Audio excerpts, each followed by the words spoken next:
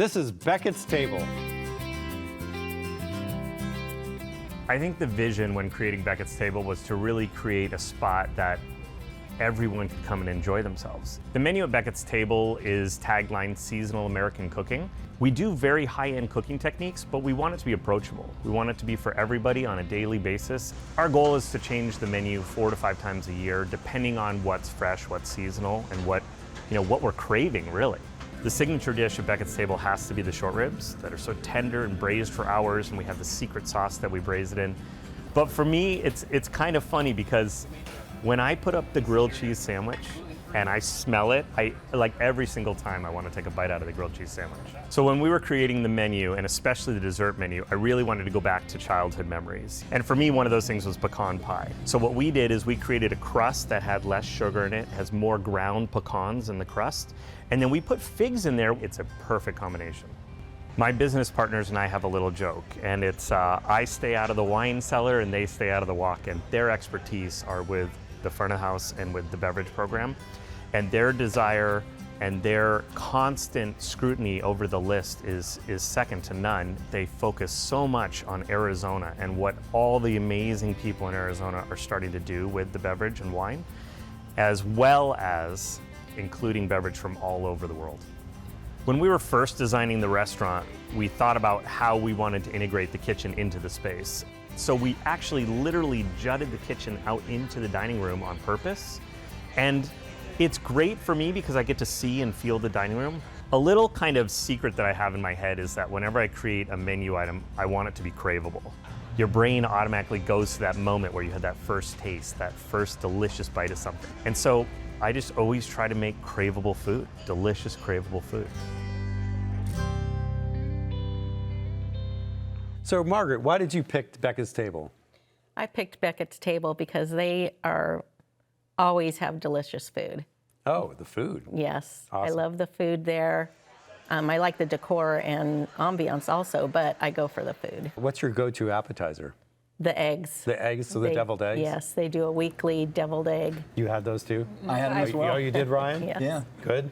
The week I was there, it was garlic toast deviled eggs. And I'm celiac, but they put that garlic toast sprinkle on the side. Mine was a muffaletta.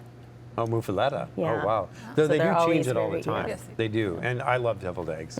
I'm not sure what the meat is, but they take whatever the theme is and they put little bits of it on top of the deviled egg. And it's always delicious. So Margaret, what did you have for an entree? I had the beef bourguignon shepherd's pie. Ooh, that's kind of an interesting blend. You have the delicious beef bourguignon with the vegetables and then the mashed potato. Oh, good. So it's sort of like half and half or a Yes, split? yes. Beef bourguignon, which I love. Tell me about the gravy. Oh, so rich and delicious. It was. And the Silky. meat's very tender. Veggies. I just love it all. Yes, did? the carrots, everything. It sounds like what I was saying, a silky comfort food, right? Yum, yum. You had the deviled egg to start. What did you have Deviled eggs next? were fantastic. So I'm celiac, and I kind of see the world through a lens of celiac and also sustainability because of where I work and it's how I live my life. So I tried to stay away from beef. I went for fish. Tried to order the barramundi. They kind of steered me away from it because it had orzo under it, which is a pasta. Yes. Ended up with salmon. So this was on wild rice, had grilled broccolini on top, really delicious preparation. The grilled broccolini, I think, was a nice crunch with a little grill flavor on there. The salmon, I wish it was cooked a little more. I just had them bring it out from the kitchen the way they would do it. Seemed like it wasn't cooked all the way through. I don't know if that's Well, it's a normal, little Mark? pro tip. Most chefs will do it just over medium or maybe medium, which can be a little sort of translucent in the middle. That's a very common thing. So you just need to mention that. That's a pro tip. And salmon is often cooked that way with chefs at a certain level, and Justin's a great chef. So you just need to tell them, I'd like you cooked through, please. What did you have for an appetizer, Belia? I had the vegetable chopped salad. It was served with like a Chardonnay vinaigrette or a wine vinaigrette. So it was a little bit tart? Yes, it was. And the dressing was so good, I had to ask for a second No one. way. That's It awesome. was like drinkable. That is a good one. Oh, drinkable. That's even better. I like that. The salad was served with freeze-dried corn, which I've never had So light and crunchy. Very nice. in a salad before. So for those gluten intolerant people, if you want a crunch, that's a great salad to get. And what did you have with it? I had the bacon cheddar biscuits with apple butter, and that was scarfed down more quicker than I thought it was going to be. So did you have anything else for an appetizer? Absolutely, the charred Brussels sprouts, that came with the honey mustard pretzel crumble on Ooh, top. nice. It's really crunchy. It's kind of classic. very That's crunchy. Americana all blended together. So what was the texture of the Brussels sprouts? Good char, tender? Absolutely, there's a nice crunch, and some are very tender and soft, and it was, I think there might have been some balsamic glaze there. Yeah. I think that honey mustard glaze or balsamic was quite, I don't know, it wasn't sweet. It actually really brightened it up a lot. I thought it was really good. We ate the whole Ate the whole thing? container. Okay, then it Yes. worked. Yep. So for entrees, what did you have? The short braised ribs with mashed potatoes and some sautéed vegetables. Oh, nice. Yes. So what was the mashed potato like? Creamy, it's so Yeah. rich and flavorful and decadent. Nice. I think they use Yukon Golds or something. Look, Didn't they call it like the world's greatest mashed potato? I think or so, whatever? something like that. They have some. Yeah, Well earned. Ryan, that's so true. And it didn't Well earned. disappoint, right? It really didn't. Did you have dessert? Yes. What'd you have? We have, well, I always have to have the fig pecan pie. But we also had the spice cake.